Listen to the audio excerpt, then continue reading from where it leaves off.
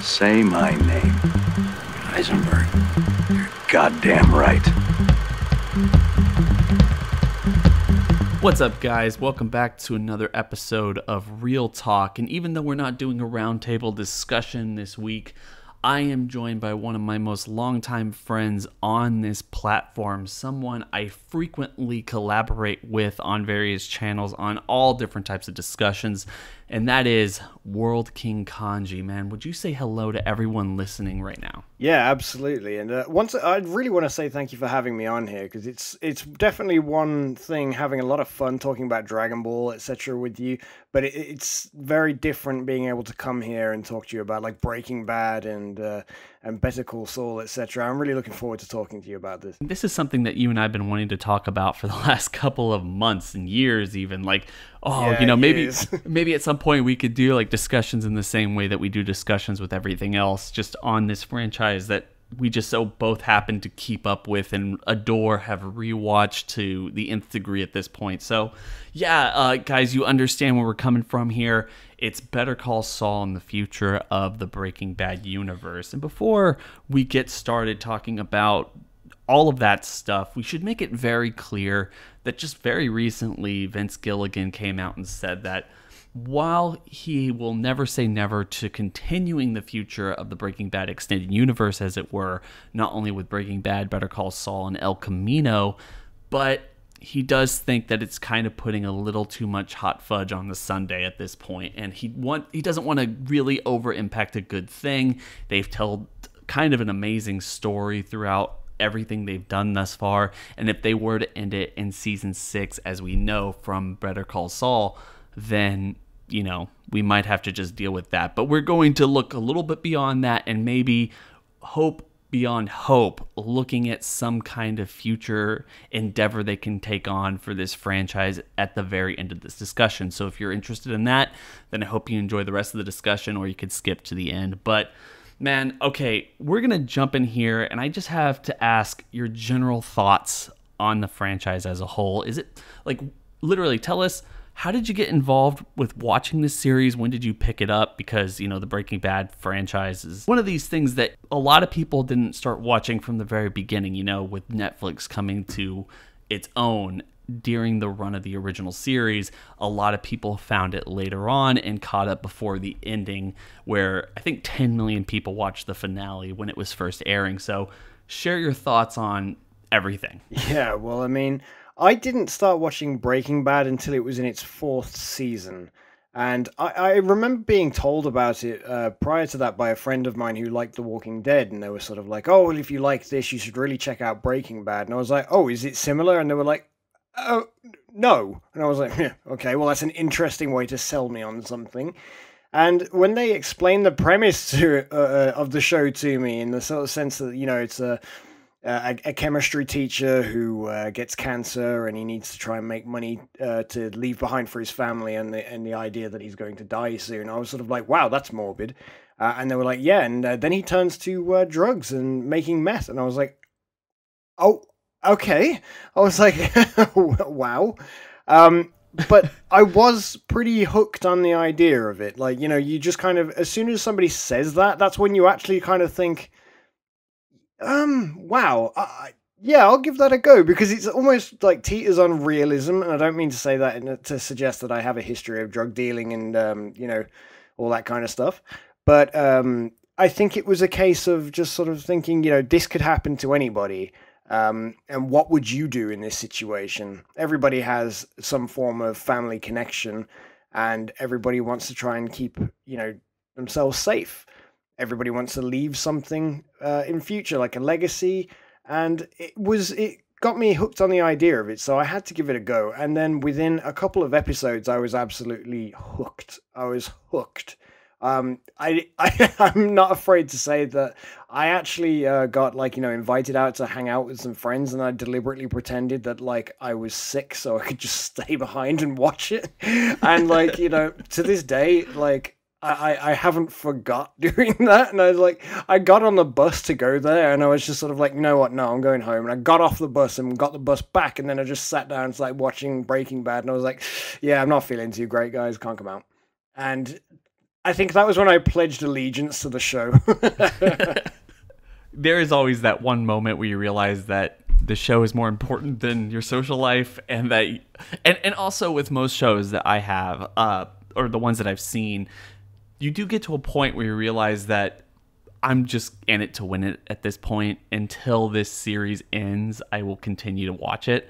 And Breaking Bad is definitely one of those shows. Luckily, it really is, it holds up. Everything that they've ever done has just been absolutely quality.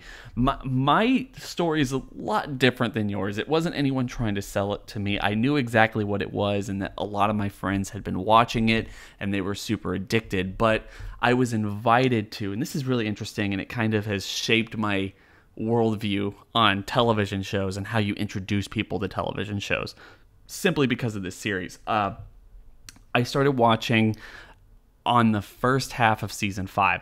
For anyone who remembers, at the time, they did separate them into 2 seasons, or 2 parts of a season. So it was like, 8 episodes per part. And I can't remember. Maybe it was like the second or third episode of the first part of season 5. And specifically the one where Skylar walks into the pool to try to drown herself, and he buys him and Junior the cars, and just all of the drama based on that. And he yells at her, like, "You're trying to take my kids away. I'm not going to let you do that." And they're trying to figure out, like, how to get more of the chemical to continue making the meth. And so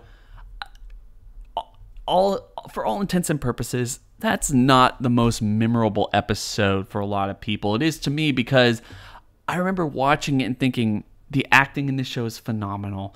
There's so much going on that I don't really know anything about or how we got here, but where Walter White's character was at this point, and seeing Bryan Cranston of all people, like, bring out that intensity, literally my first experience watching the show, I just had to know how you got there. You mean when you knew him from Malcolm in the Middle or something? Yeah, like Malcolm in the Middle, or the dentist from Seinfeld. Yeah, like, I just had to know, dude, how did this guy get to be such a kingpin? Like, willing to literally throw his wife under the bus and all this other stuff. You did know it wasn't fact, and it was a fictitious story, right? And you're just watching it, Brian went off the rails, man. He's not an anti-dentite. No, but okay, so the thing is like, so I went to my local video shop and I rented out the first season because I didn't have Netflix. It wasn't really the same as it was for me at that point. So I binge watched the first season in literally a single night. And then I just had to keep watching more. And I don't really think I left the couch that entire weekend until I was done with it. And at that point, I caught up before the start of the second part of season 5, and that's kind of how I was introduced to it very late into the game. And then, you know, after they got done with it, everyone thought it was such a great ending, especially juxtaposed to the ending of Dexter, which I think came on the week before the ending of Breaking Bad. So that's definitely something to think about. Like, these are 2 shows that literally reshaped the landscape of television for literally everybody, and they ended almost at the exact same time, and very different reactions to the cultural zeitgeist of like what they left behind. And so I was thinking at the time, as in film school at the time, seriously, like, people are going to write essays about this, like and they're going to deep dive into how both of these shows affected television, and how one just got better, and the other one just kind of fell off a cliff. Clearly his taste in women is the same as his taste in lawyers, only the very best, with just the right amount of dirt. You know, jumping off from Breaking Bad, we got an indication that they were going to do a prequel series, or at the point we didn't really know if it was going to be a prequel series. We didn't know how they were going to set it up, but we realized that they were going to do Better Call Saul. Jimmy McGill, Saul Goodman, as we kind of knew him throughout Breaking Bad. And before, you know, you kind of deep dive into your thoughts on the series and how it's played out over the last couple seasons, what did you think of the show before, like, you even got to see one episode, even 5 minutes of the show itself. Well, to be fair, I remember coming out at the end of Breaking Bad, I've just been, because obviously, if you'd joined anything before the second half of season 5, it doesn't matter when you joined in, you could not wait to find out what happened. And given the end of season 5, Breaking Bad ended at its peak, in my opinion. Like, it was so hot at the time that it stopped, that I think everybody was just left salivating for more. And when they were sort of like, juggling around the idea and flirting the idea past others, there might be another series, but it might not be about Walt and stuff. And then when they sort of suggested it would be about Saul, I remember thinking to myself, that's a really good choice, because like Saul Goodman's character was so relevant, and he was so there through it all, and he was one of the only constant characters that kind of kept coming back, and he always had an interesting storyline. Like, nobody was sat watching episodes that featured Saul and then think to themselves, oh god, I just want to skip all this stuff and I just want to get back to the Walt stuff. All of the Saul stuff had merit and it had weight, and so to then go off and make a spin-off about Better Call Saul was really a good idea. So I was sold on the idea of it before I'd even seen any of it. And I didn't know whether it was going to be serious. I didn't know whether it was going to be a sitcom. I didn't know what they were going to do, because all they said was it was going to be a spin-off. That doesn't even necessarily mean that it had to follow the exact same dramatic route as Breaking Bad, but I was pretty much sold and interested from the get-go. See, for me, completely opposite. There's a lot of opposites here. Really? I was so worried. I thought that it was just going to be a dumpster fire, disaster in the making, waiting to happen, because I remember following the news very closely at the time and thinking to myself, oh my gosh, like, they were kind of promising, hinting at the fact that it was going to be a lot more comedic than Breaking Bad was. Saul Goodman, for the vast majority of Breaking Bad, was the comic relief character. Not that he couldn't be serious at times, but he was necessary in order to kind of relieve a lot of the tension that was building up in a lot of the scenes or a lot of the moments, especially later on in the series. And for me, his character was always a rat. When I was first watching the series, we talked about it, me and my friends at the time, and we're like, there's no question. We don't know who's going to die. We don't know how any of this is going to shake up, but Saul Goodman's going to get out alive, because the guy is just a parasite. He's a rat. He's somebody who can kind of go in between the edges, and he's going to do whatever he can to survive. And they did that. And, I just didn't think, after watching Breaking Bad as a whole, that you could do a story that was comedic in that universe. I didn't think changing perspectives was going to be the best way possible. And you also kind of had to do a prequel. If it's going to be called Better Call Saul after where they left him at the end of Breaking Bad, it had to have be a prequel. And I mean, it could have gone the future kind of route, because you could have had, like, with that nice burly mustache that Gene is sporting these days, could have had like maybe a porn star route and called it like Better Cream Gene or something. I don't know. I mean, like, personally, that wouldn't have been my cup of tea, but I think anybody would have peeped it out of curiosity. But that's the point. Like, it's one thing to have your comedic relief character now have to be the dramatic focus of whatever story you're trying to tell. It's a very hard line to walk, but it's even harder when that line has to be a prequel base, where everyone kind of knows where you're leading to, and there's so much anticipation and anxiety and temptation, especially from the creative forces, to just shove in everything that you know from the series and do it quickly, aggressively, and make it something that it really shouldn't be.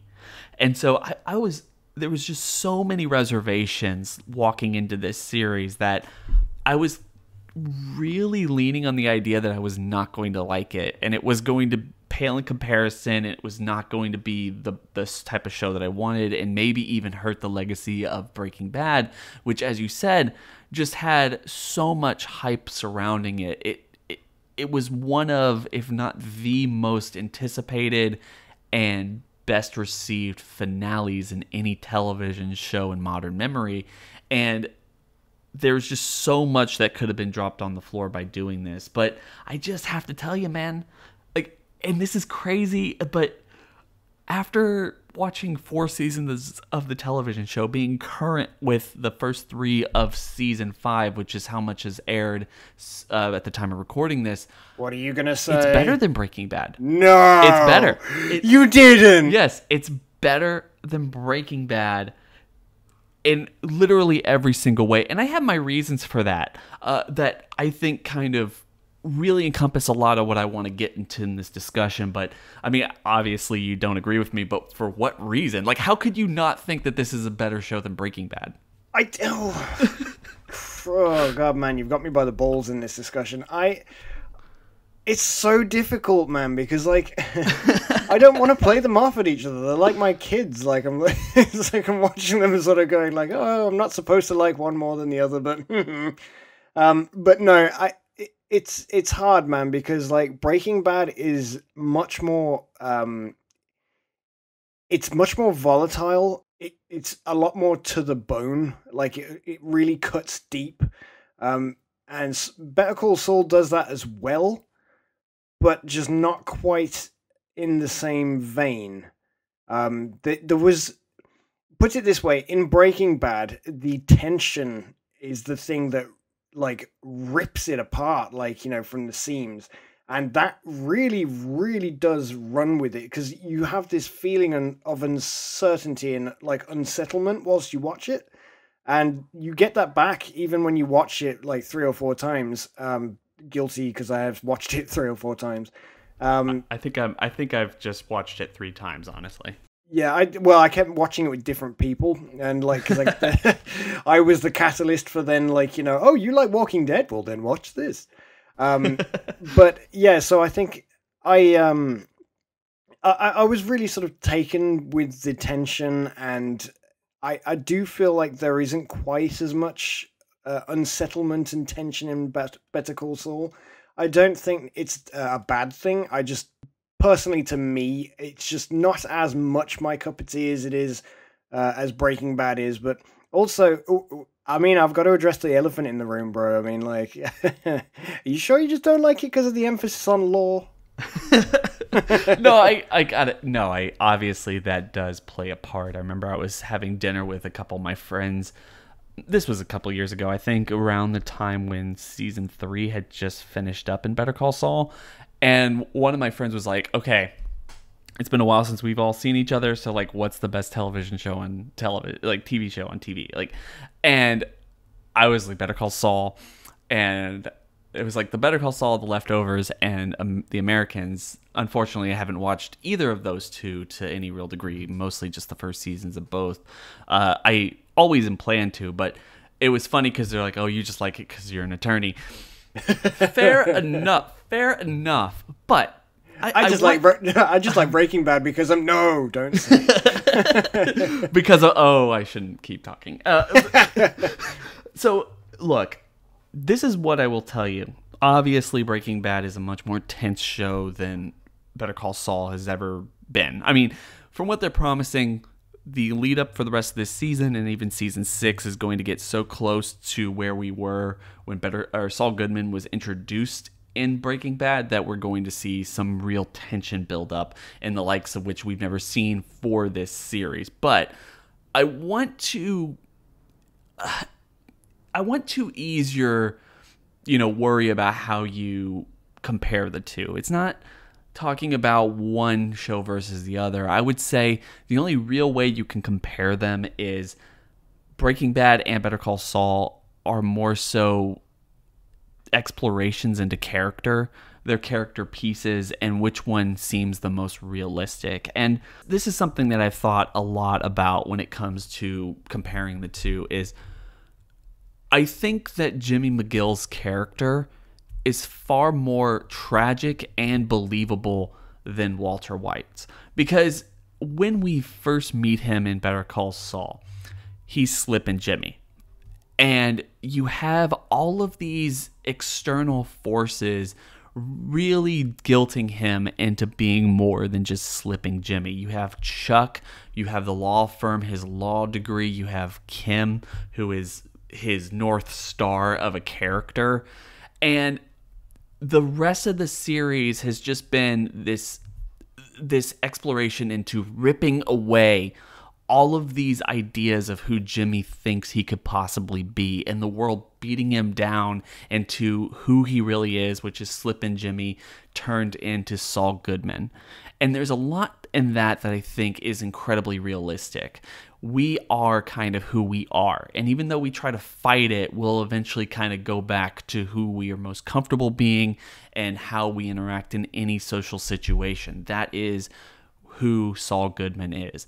And on the other side, in comparison, Walter White's character is a story about a guy pushed to the brink and kind of coping with it in the most egregious way possible. Like, he becomes a small little kingpin in his world of drugs that even though he gets the upper hand on people, he's still kind of small time in comparison to everybody else, and that's why he's taken down so easily. Like, he's smarter than them, but not in the way that counts. And that's kind of why it's tragic. But just comparing those two, I always thought that Jimmy McGill is just far more believable as a character. I do think it's interesting because they are such like a polar comparison, like, you know, and it really isn't for a negative. I mean, that's definitely one thing they did smart, because you can't recreate Breaking Bad. And I think the really intelligent decision here was to not attempt to recreate Breaking Bad. And rather, you know, they took a character we already knew, but then in a really clever way, sort of when, okay, well, everybody thinks of Saul as being the comic relief, and, you know, he's a bit silly and he's a bit wacky and yada, yada, yada. How do we now make him serious? Well, what they did is they literally made him a double life. You know, they gave him Jimmy McGill. And then, like, people were sort of like, whoa, didn't see that coming. Like, you know, and it was really clever, because that way you've got this transition from this, you know, from this tragic kind of backstory character into this character that we know from Breaking Bad. And literally to preface the moments where he becomes those characters, that is literally labeled. It is literally a label change. It's very clever. It's very clever. And I think that, you know, there are so many interesting elements to Better Call Saul, just like you said with Chuck and with Kim. You know, with people sort of saying, well, there's no tension because you don't know because we already know where these characters are going to end up. And you're like, well, some of the newer ones that they introduced, you don't. Like, we didn't know what was going to become of Chuck. All we knew is that he wasn't there in Breaking Bad. That doesn't necessarily mean that he had to, like, you know, be offed or anything. It could have just been that, you know, they fell out and he buggered off. We don't know what the situation is. Now, I have got to just address, because it's one of my favorites. It's silly, I suppose, but I could not do this video without bringing it up. There's quite a popular theory out there that, like, you know, Kim is going to go off the rails and become Wendy, the hooker in Breaking Bad.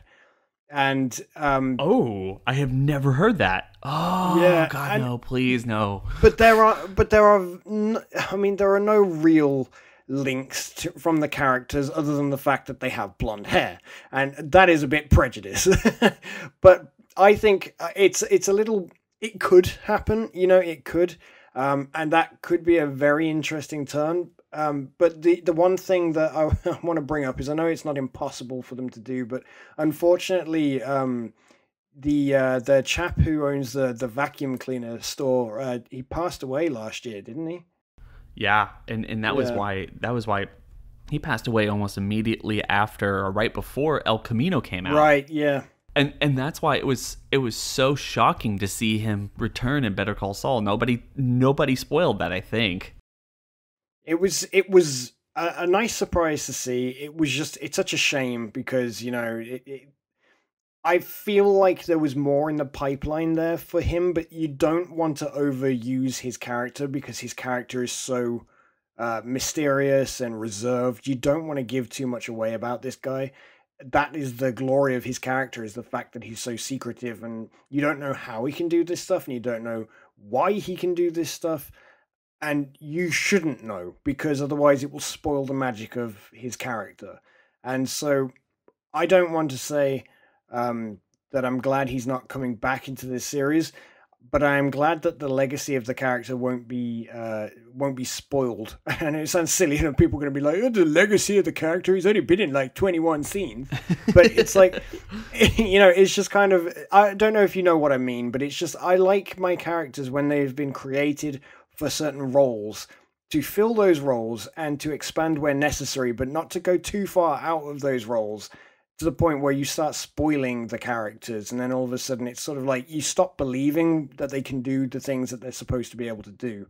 So, I mean, I think that a lot of this stuff really does help build up the series, and it really does kind of solidify Better Call Saul as its own series, and it doesn't just have to be looked at as Breaking Bad's predecessor, successor, whatever way you want to look at it. You know, I think it's really clever that they've done it in this way. Yeah, like, and that's kind of what I was saying when it comes to the show in itself, is focusing an entire story on the comedic relief could have been a terrible decision, because it would have forced Saul Goodman to be something that he wasn't in the series. And I think there's an argument to be made that he isn't who he was in Breaking Bad, but I think they were very clear with that over the first 3 seasons, where this isn't the Saul Goodman that you know, but they're setting up this, you know, they're planting the seeds to show you how he became the man that he was in the series. And because it started off so tame, you're like, okay, I see that this is a lot more of a tragedy than I might have otherwise suspected, just based off of the character they were making this show about. One of my favorite things about this show so far has been the fact that it's not necessarily all been about the self-destruction of Jimmy McGill, so much as the people around him. Even so much as the small things, like, okay, so, you know, I don't want to say this is a small thing, but obviously with Chuck's fate and how that affects Howard Hamlin, etc. And that is, it's really morbid, but I love how that became such a big thing with him blaming himself, and then Jimmy not even telling him the truth. And like, it's just, the writing for that was just superb, I think. That's how it has been the entire show. I mean, I wanted to talk about some of the supporting characters too before we jump into some of the other things about this show, as well as more of the extended universe of Breaking Bad content that I'm sure people are also waiting for us to talk about. But I think one of the things that makes this show better, and I guess, you know, it, like you said, it's hard to compare without, you know, sounding a little bit biased, obviously, but I think one of the things that definitely does make this show better is the inclusion of Kim. I think I totally think that she is one of the strongest female characters on television right now, and it's leagues and bounds above Skyler, which I have to admit, through my first viewing of the Breaking Bad series, I was like, okay, I don't like Skyler. I really don't like her. She's always trying to get in Walt's way. She's not paying attention to him. She's not doing anything. And even up into the series finale, even through the series finale, I felt that way. And then you go back and you watch the show again, and you watch it a third time, or in your case, you might watch it a fourth time. And I think if anyone else is like me, I feel like you start to get a better sense of who Skyler is and what she really wants. And that's something that's kind of strikes me every single time I rewatch it, is I get where she's coming from. And I know that she's one of the only people out there who realizes that Walt is lying through his teeth. You know, like he says it at the very last episode. I was making excuses for this thing that I enjoyed, I was good at, and I didn't want to give up.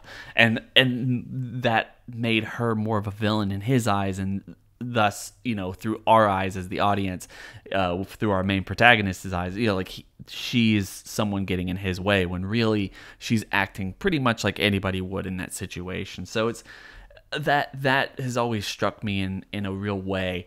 And but in comparison, you have Kim's character in Better Call Saul, and even though it feels like she's not long for this world or whatever they're going to do with her, she's been an interesting foil to Jimmy's character. Unlike Skylar with Walter, she is keeping Jimmy on the right path. And at this point, as Chuck told her point blank, if you go down this road with Jimmy, he will eat you alive and you'll start questioning everything about you. Like, he does this to people.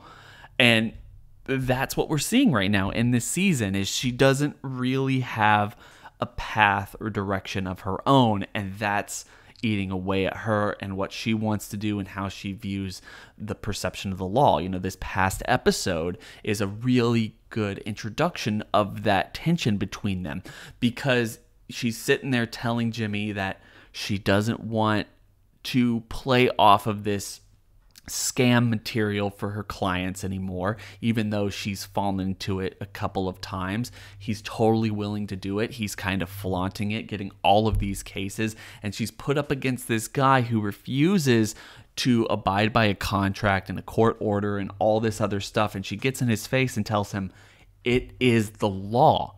You have to respect the law. I don't care what you think is right or wrong or how you want to approach any situation. You have to abide, but not Jimmy. And this is something that's going to start eating away at their relationship little by little until whatever they do with her. But she becomes Wendy. She becomes Wendy. Well, and that's the thing. It's, to me, it's powerful. It's really something I find incredibly interesting about this series, and I think if not for her character, I might have a completely different viewpoint of everything. And that's not even getting into Mike and Gus and all this other stuff happening in the meantime. Yeah, it's crazy because, I mean, like, just kind of to bounce off what you said at the end there, is sort of how it's going to affect viewing it in future. So, like, because I don't know about you, but you know, probably by the time that Better Call Saul actually reaches its climax, so, you know, next season, but not this season, after it finishes, I will probably immediately go and start Breaking Bad straight away. Like, just like watch it again, just to see how my opinions of certain characters may change and my feelings towards certain side characters.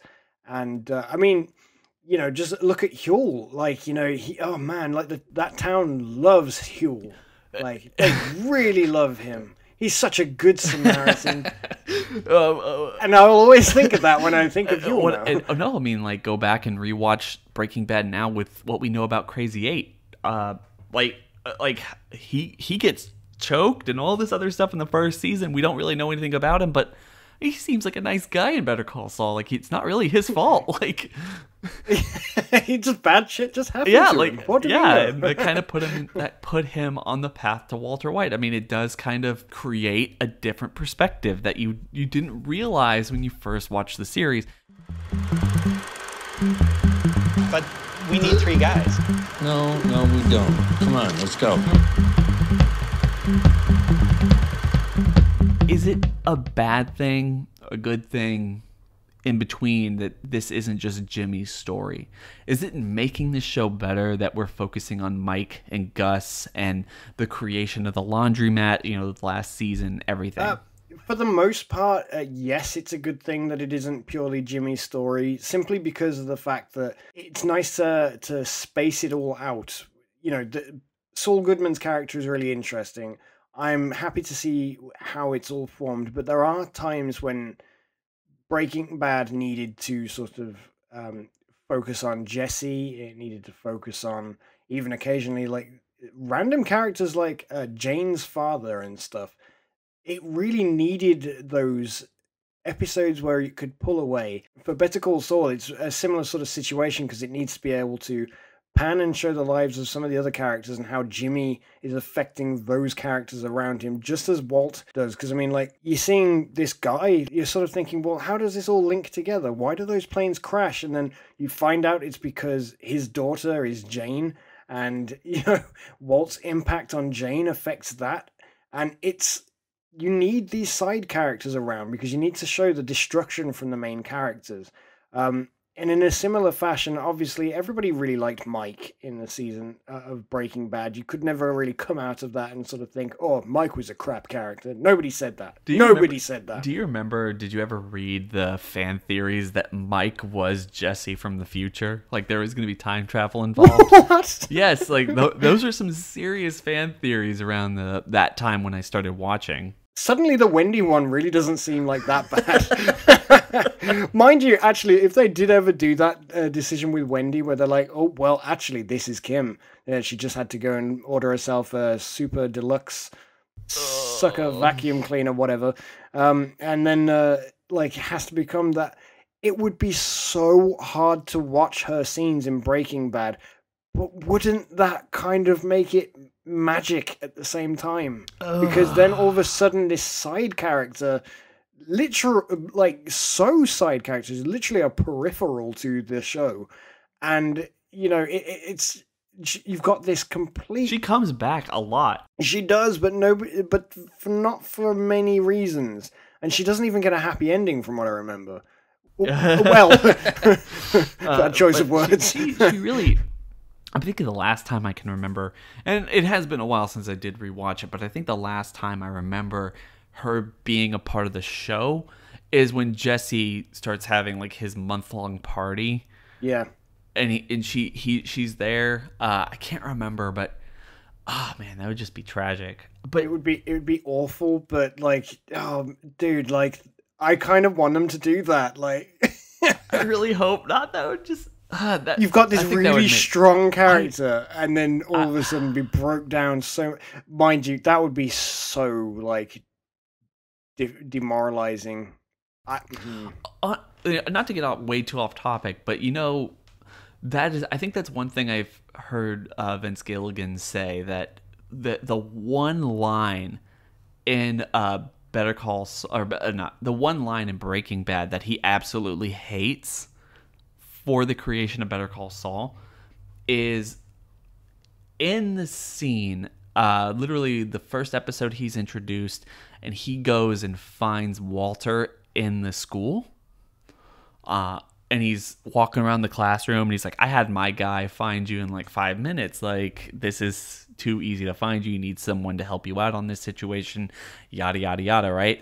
Like, I mean, the cool thing about that scene, and pretty much everything in Better Call Saul, is it does give a lot more context, as you were saying, because like when he goes, my guy, even though we don't know it then and we wouldn't know it for a couple seasons, we know now he's talking about Mike.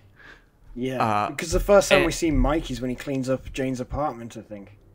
Yeah, exactly. And so that's one of the really great things about that scene. But he goes, the worst part about that scene is he talks about his second wife, and they don't know how to encompass that in the series, even though they start the show off by suggesting that he's been married before. So my thought is that they are sometime before the end of this season going to get married as kind of a way of spicing up their relationship that's dying, and then it's going to break down along with everything else in season 6, and that's how she's going to disappear from the show. I don't think they're going to kill her. I don't know exactly what they're going to do, but he talks about his second wife cheating on him with like the pool guy or something. So I think they're going to buy that house and they're going to get married and all this other stuff, and she's going to end up cheating on him, be done with him, and she's going to disappear from the series. So, well, they did make a reference point of actually mentioning the pool, didn't they, when they were looking around the house? So that could be something. But I mean, if that were the case, would Saul or Jimmy or whatever you want to call him, would he just be okay with sort of, you know, letting that happen, or would he, you know? So I don't want to say, oh, would he have her killed, because I don't believe that, but you know, perhaps it would, whatever he does might push her down the road to becoming Wendy. Maybe, but like that's my thought is, you know, when I say she is his North Star, like once she gives up on him, he doesn't have anybody else or anything else stopping him from just being Saul Goodman, right? Yeah, the weaker she becomes, the stronger Saul becomes. Yeah, exactly. So like but that's the whole point of the entire show. So I think that's really interesting. It's something I'm definitely looking forward to seeing at some point in the future of this show. But I want to just kind of, before we move on to the last couple things here, I agree with you that having the story not just be solely about Jimmy be of its benefit, but they can go overboard. And as much as I do like the show, I have to admit that season 4, I think, went a little bit overboard with setting up Breaking Bad. The construction of the laundromat, not something that you ever really thought of. And the first time they mention it, and they go and look at it, scout it out. This is a place that we want to go to. I really didn't expect a season about it. Well, yeah, like, oh man, that's super cool. Like, once they went to the laundromat, I was ecstatic. I was so excited. And then they spent the rest of the season on it and focusing on building it and the problems with building it and all this other stuff. And it's like, it's entertaining because I like Mike, I like Gus, but it's a little too much, and we're still kind of feeling the fallout of that part of the show. I hope it comes together in a better way, but I felt like that was the one time I can remember in the Breaking Bad universe where they pulled an Iron Man 2, where they were taking precious time out of the season, not focusing on Jimmy, not focusing on anything else, but literally focusing on world building and trying to set the pieces in motion to connect it to Breaking Bad, even though we didn't really need an entire part of the season focusing on that storyline. Yeah, I mean, like, I agree. I did think that went a bit overboard, and I actually kind of, I don't want to say it's so hard to put this into the correct words, but I'm not too interested in what they do with Gus from here. Gus's character was perfect in Breaking Bad. It was nice seeing him in Better Call Saul, but I don't really... you can oversaturate his character by having him around too much, because once again, he was quite mysterious. But they did delve into his story quite a lot toward the end of Breaking Bad, just before he met his end. And I'm kind of satisfied with everything that was there with Gus. He was a perfect character. People were sort of like, oh yeah, everyone was talking about Gus. I am not particularly interested in seeing the other stuff to do with him that might actually diminish some of the psychotic nature of his character, etc.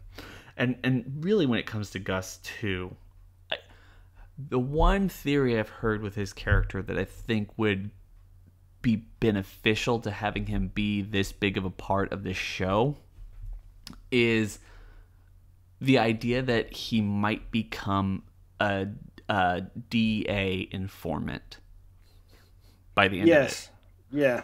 I think that would be really interesting. I think talking really about watching this show and going back and watching Breaking Bad, putting all of that into perspective would be really interesting. It would change the entire dynamic with Hank seeking him out and the trying to have him killed, and literally everything we knew about Gus throughout Breaking Bad if he was working for the DEA the entire time. Yeah, I definitely do think that could be interesting. I just personally, something says to me that, like, because we already know this stuff, I don't really want them to keep going back and relaying all of this stuff that we already know with just more detail. Sometimes you can do that too much. We've gone the entire video so far, the entire podcast, without even mentioning Nacho and Eduardo.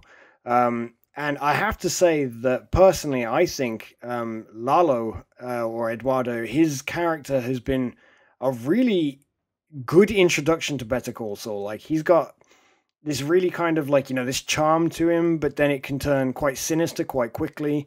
And I like the way that Nacho's character is really good. And considering the fact that his entire character is sort of based off one line that Saul says,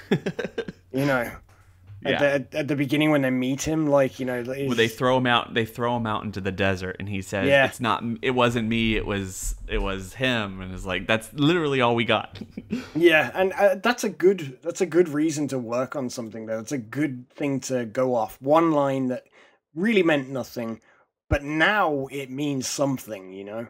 That's why I'm looking forward to watching Breaking Bad again after Better Call Saul finishes. couple large pies, maybe a 6-pack of beer, some ice-cold beer.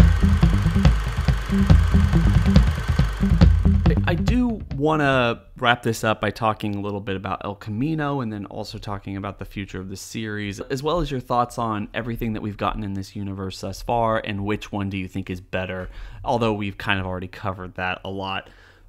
I want to briefly talk to you, though, about the timeline. We've talked a little bit about this, and this isn't even something that you and I were planning on talking about, but definitely something that came up.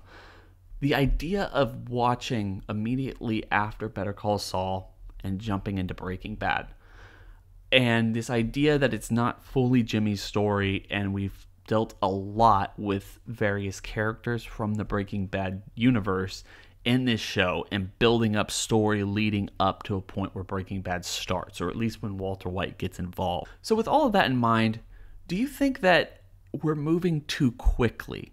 I mean, to put this into a different perspective, when I first watched Breaking Bad, when Gus comes in, Mike comes in, Saul Goodman comes in, and all these other characters, you get this feeling that Walt has really jumped into a world that's been operating without him for a very long time. These characters know each other. It's well organized. There wasn't any kind of real hiccup until Walt really enters the scene. But now, with everything that's been leading up in Better Call Saul and just how close we're getting to the beginning of Breaking Bad, it kind of feels like everything that we knew before Walter White was just kind of slapped together.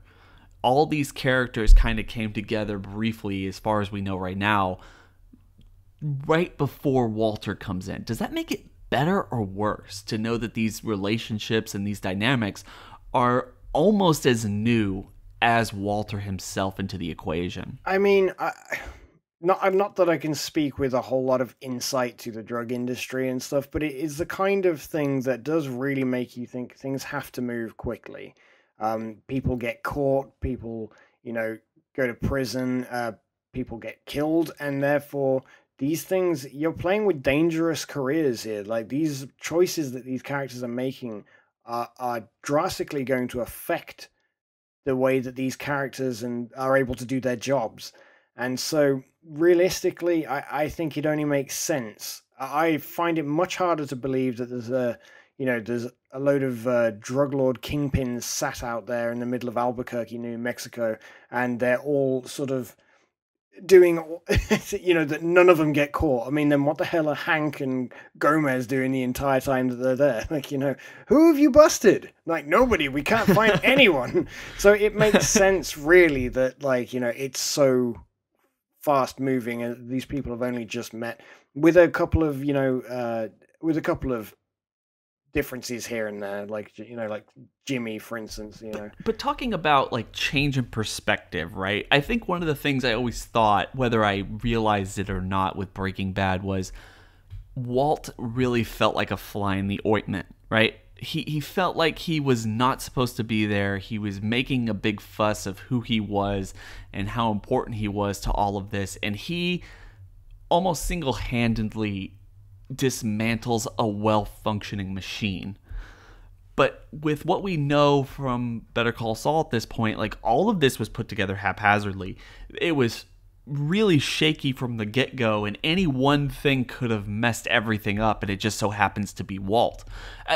That is a different perspective, at least for me, and it's really interesting. I find that is not something I ever anticipated.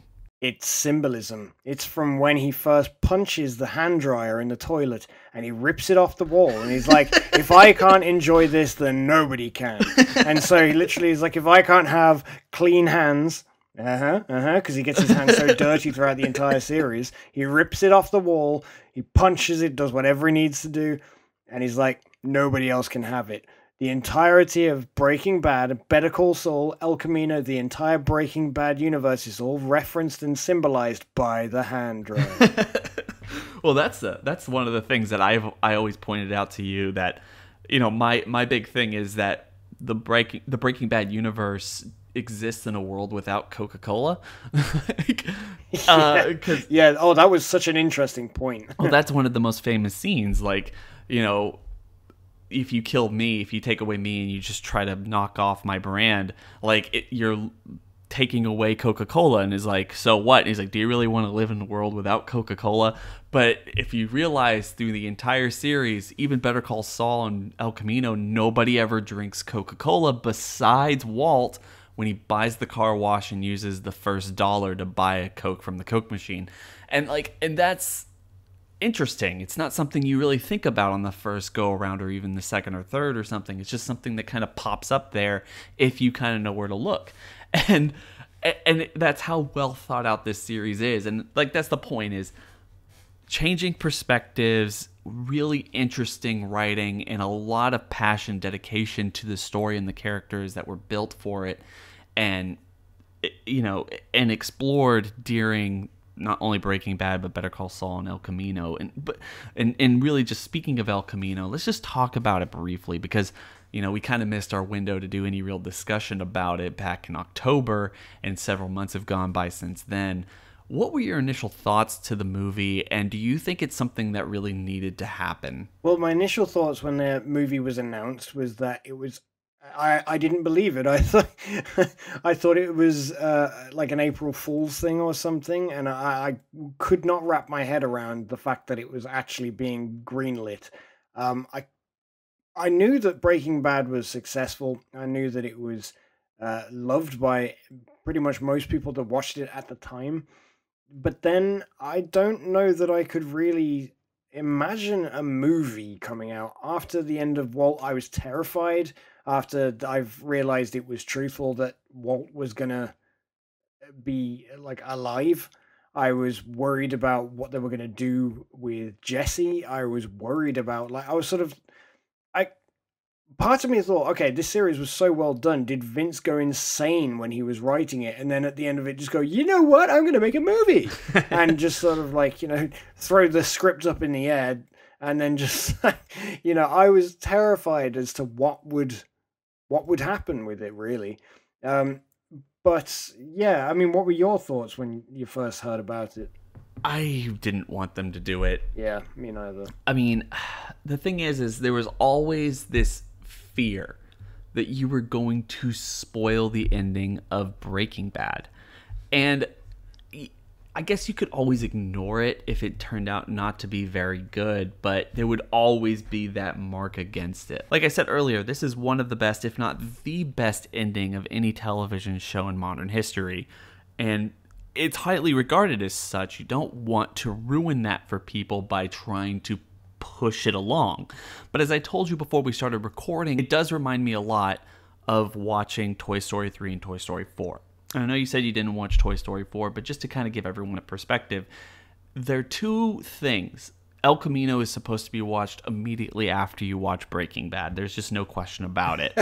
Sorry, I just wanted to it's so funny that you're comparing Breaking Bad and El Camino to Toy Story. It's like out of every film franchise going, it could be like The Godfather and all this kind of stuff, and you're like, no, you know what it's really like? Toy Story. And you're like, okay, teach me, oh wise No, one. but like the point there being that Toy Story 3 is an ending. It's heartfelt. You feel like you've grown up with Andy as a character, and and even though the toys are the protagonists of the film, they are so reliant on Andy that you see yourself in him more than you do in Woody and Buzz and just all those other toys. So he gives up the toys. He goes away. It's just the perfect ending to the trilogy, even though the toys themselves have literally no agency to what happens to them. Like they are just literally pawns in a bigger scheme and game and stuff. And then you get into Toy Story 4, which is just more something that's meant to be watched immediately after. It's a little jarring in that sense because it came out almost a decade after, or literally a decade after the last one. And it for people who watch the third one in theaters and the fourth one, there's just that disconnect there. It's kind of the same thing with El Camino and Breaking Bad, but it is a send-off to Woody's character instead of Andy's. And these things are supposed to happen almost simultaneously to each other or very close to each other. Same thing with El Camino and Breaking Bad. Breaking Bad is Walter White's story, even though you have characters like Jesse Pinkman and Saul Goodman and Gus and Hank and everybody else. These once you get to El Camino, you've already signed off on Walter White. He's done. He's had his moment in the sun, and he's literally dead on the floor.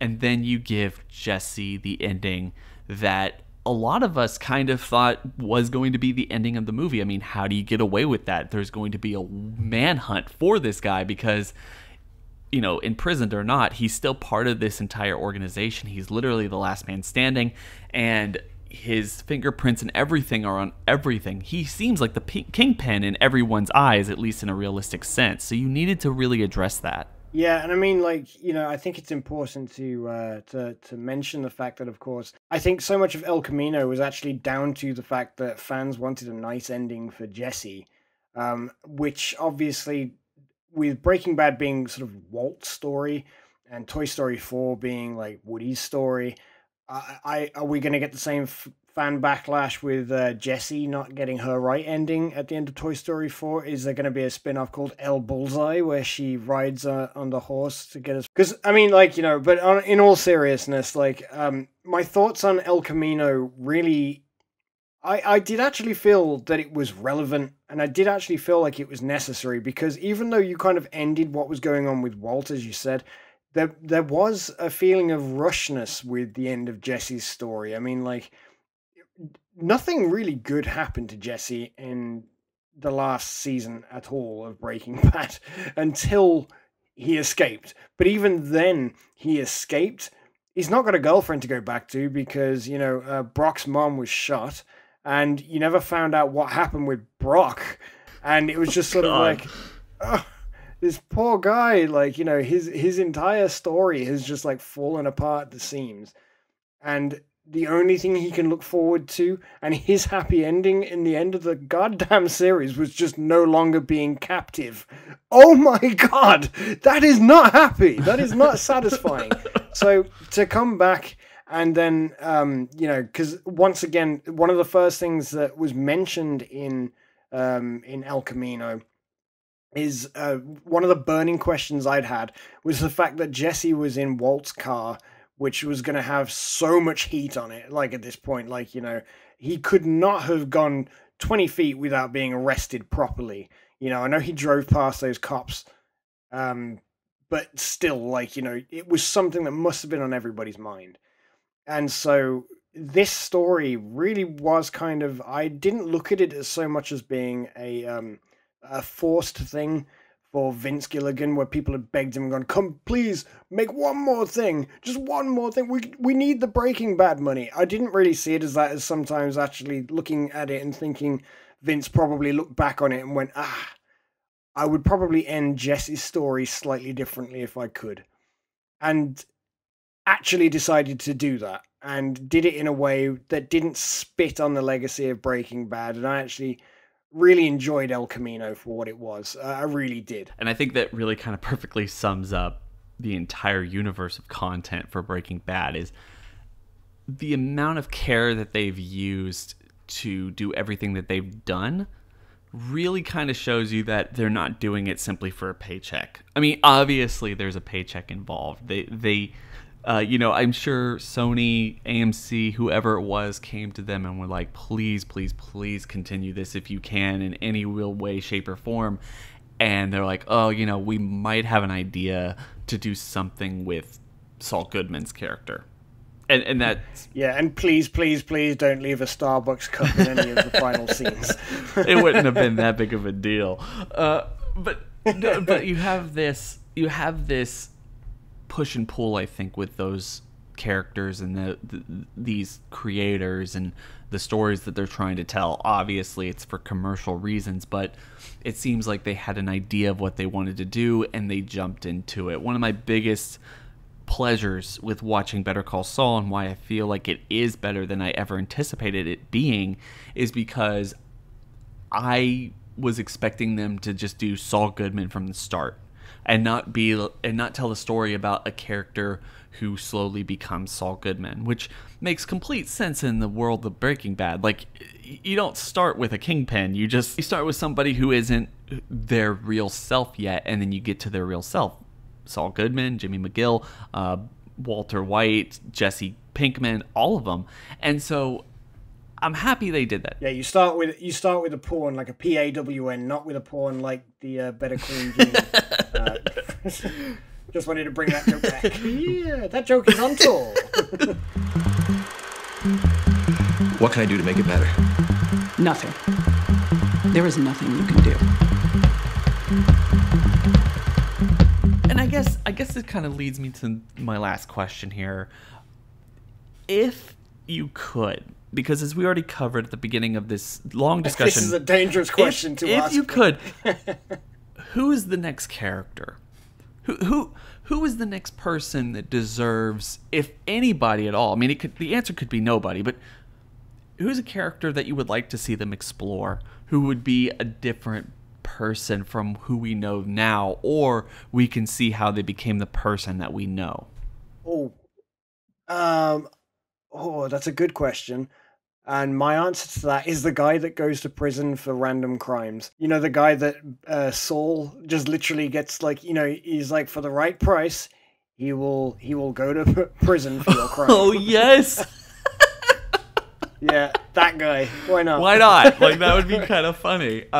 Yeah, like I would actually really like that. Talk about somebody who you don't really know.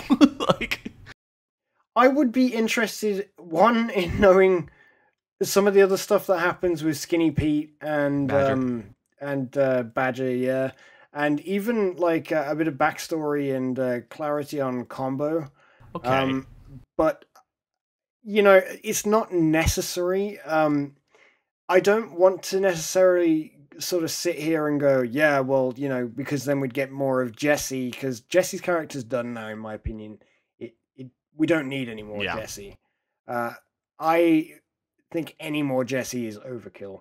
There's the exact reason that Walt only needed to appear in that one scene in El Camino, and it was worth it. You know, it was a great throwback. I really liked that. That was done really tastefully. If I could interject just really quick, even though I agree with that, I do think that that's the worst throwback in the entire movie. It's the most pointless, I think. It is, yeah. I don't want to throw you off. Like, that is, like, it is a really good scene. It helps put the movie into perspective, but I don't think it was needed. No, well, I don't think it was needed, but I don't think a lot of the film was needed. Of course. Yeah, it's, you know, it could have been, you know, that the truth of El Camino is, it is a, hour and a half movie that could have been 45 minutes. Yes. But, you know, regardless, I think that the future of the series really, if they were to do any more sort of films, spin-offs, episodes, specials based on any of the characters, they need it to be about something that matters to the universe. And right now, most things have been covered. Maybe, I mean, the guy that plays Mr. Heckles in Friends, the guy who owns the junkyard, like, I bet he's got some stories up him. But do I need to know them? Not really. You know, with anything else, you could go back and show me the history of Chuck and his weird electrical illness, and you can show me stuff to do with that. Don't really need to see it, but you could, and that tends to be what could happen with the rest of it. I would love to see a Huel spin-off. Still sitting in there, like the whole series is him sitting in that hotel. Still sitting in the house. Yeah, you can call it Better Fuel Huel or something. I don't know. And it's just him eating loads of stuff. Like, when am I gonna go? But yeah, I mean, like, did you see the countdown just before El Camino dropped? And it was a countdown, and literally when the countdown hit 0, Huel was able to get up and leave the house. And that was the moment that the movie went live. That's funny. I liked that, but But yeah, so I mean, I personally, with Vince Gilligan saying that he doesn't have any plans to do any more, I think personally that is the best thing for the show. Because the only other things I could really see them doing with the show is a copycat killer, which we don't need to see. We don't need to see all of these things copying or people sort of going, my legacy, I want to be just like Heisenberg and all this kind of stuff. There's no need. And therefore, you may as well just leave the story where it is. Unless actually, no. One way that I would like to see that is Flynn, Walt Jr., taking Walt's place as Heisenberg in the future. See, and Heisen Breakfast or something. I don't know what he'd call himself. I want to jump off of that because I have two. I have two answers, and one might make sense to what we've been talking about, and another you just touched on, which is way out of left field. But I want to see. Part of me really wants to see a Junior spinoff. And not right now, not immediately, not something, or maybe Holly, or Holly, but I think it more so Junior, because you have this kid. It's cerebral palsy that he has, right? Like he has, so yeah. That's right. But the actor himself really has this, and he talks the way he's very distinct. He's a character that's affected by what happened in universe, but we don't really know his future. It will allow us to jump forward into the future, bring back Skylar, bring back a new actress to play Holly, bring back surviving people like Marie, and all of this stuff. But you deal with the legacy of Junior in the vein of his father, knowing everything about his father, and being fueled by the money left to him. And I think it's not about drugs. It's not so much about drugs. It's not so much about the DEA or anything else like that. It's political. And I think he uses this celebrity status to become kind of an activist in something, and he starts running for political office, like with the money that he has. And he breaks bad in the sense where he becomes a dirty politician. I think what you do is you call the show Junior.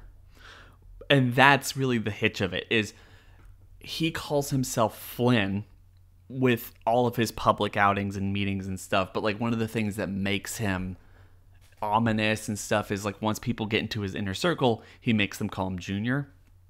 Because it's like one of the big things with his character is like he doesn't want to be associated with his dad. So he starts going by Flynn, and then he finally decides he wants to be called Junior again. And it would kind of show that he's okay with like his dad's legacy. But like not everyone is a... Oh yeah, and you could have like, because you know how like they use the periodic symbols of BR, BA for Breaking Bad. You could have it BA, BR, like balanced breakfast. Wow, that was a didn't really think where I was going with that. Balanced breakfast, yeah. But well, doesn't he eat like breakfast? Yeah, like that's all they can really figure out or what to do with them. But so, and that's just been the long running joke. But my other suggestion. Well, actually, before you drop your other suggestion, I want to spin off of what your suggestion was and just sort of say what I would like to see. And if they would do this, I think this is a fantastic idea, which they could do. When they could do this in like 2028 or something like that, when Breaking Bad is like it's like 20 years old or whatever. What you could do is just have like you could structure it like a memorial, not memorial as in. I was kind of thinking more of like Holly is, let's say, like, she's 10 or however old she should be at this point, maybe even 20. No, she wouldn't be 20. Something around that, 16, who knows. And she's finally old enough to sort of be asking these questions like, who's my dad? What can you tell me about him? And the person that she goes and asks, because like, Skylar perhaps refuses to talk about him. So the person that she goes and asks is Walt Jr.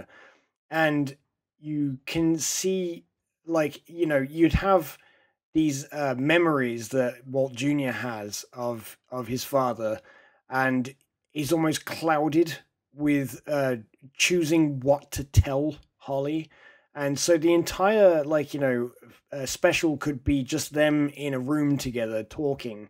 And then they could sort of, like, almost manipulate the scenes and just show you, the viewer, as Holly, what Walt Jr. saw in each of these things. So only based off the clips that he saw, only showing the scenes that he was in the same room as Walt for and stuff, who was very much aware of what was going on, and showing it how he saw it, which is pretty much everything's okay. Mom and Dad got into a few problems here and there. There was a bit of a scuffle. The kind of climax of it sort of being like, yeah, well, Mom cheated on Dad, and then I think Dad went off the rails, because it's kind of, Walt Jr. still doesn't know when it all started and all this kind of stuff. He just knows that the end was that he seemed to be more pissed off at the fact that Walt got Hank killed, rightly so, than had been doing all this drug pushing stuff.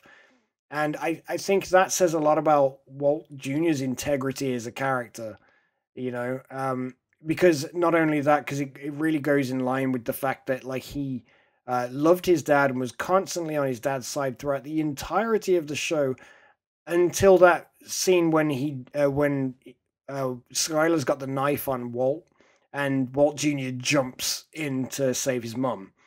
And I think that says a lot about the integrity of his character, and I would really be interested to hear what he would tell Holly about his dad and the legacy it left behind in hindsight of 20 years. And I think that would be a really nice way of sort of looking back on the series, doing a couple flashbacks here and there, and showing what has happened to a couple of the other characters in the future and all this kind of stuff. You could, mention Skinny Pete or Badger in a one-liner or something. Any of that kind of stuff could be great. Television could come on, they could be sort of saying like, oh, here's a painting by artist and this name, blah, blah, blah, pops up. And of course, it's no longer Jesse Pinkman, but, he's painted or done his own comic or something like that, which is a nice throwback.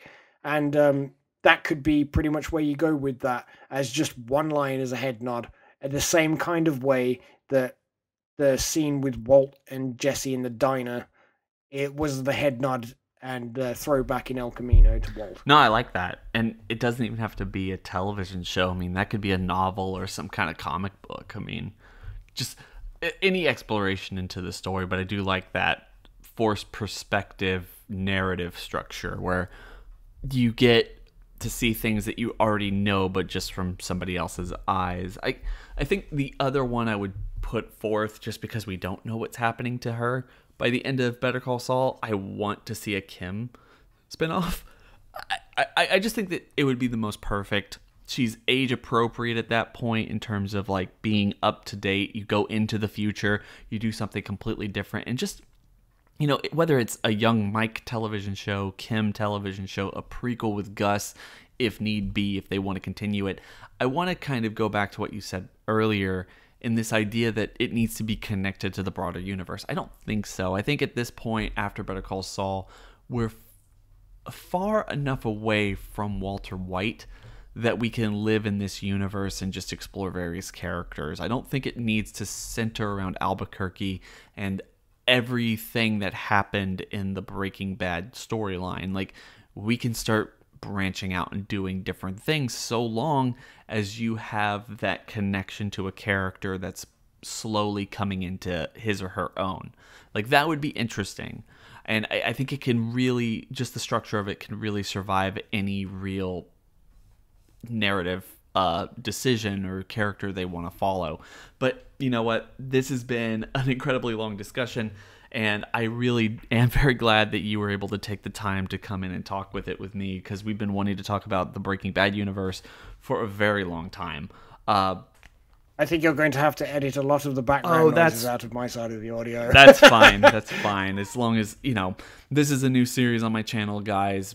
We're doing the best we can, but more of a podcast-like situation. I hope you guys have enjoyed it. If you did, please make sure to go down to the description section below and hit those links to Kanji's not only his YouTube channel, but also his Twitter as well. Go make sure to support him and everything that he's doing. Hope everyone is... I sell art. He does sell art. He makes my art here, so you guys see the proof is in the pudding. I partake of it. Not only are we friends, but we also work together in that way as well. I hope everyone is having a fantastic day. It's been real.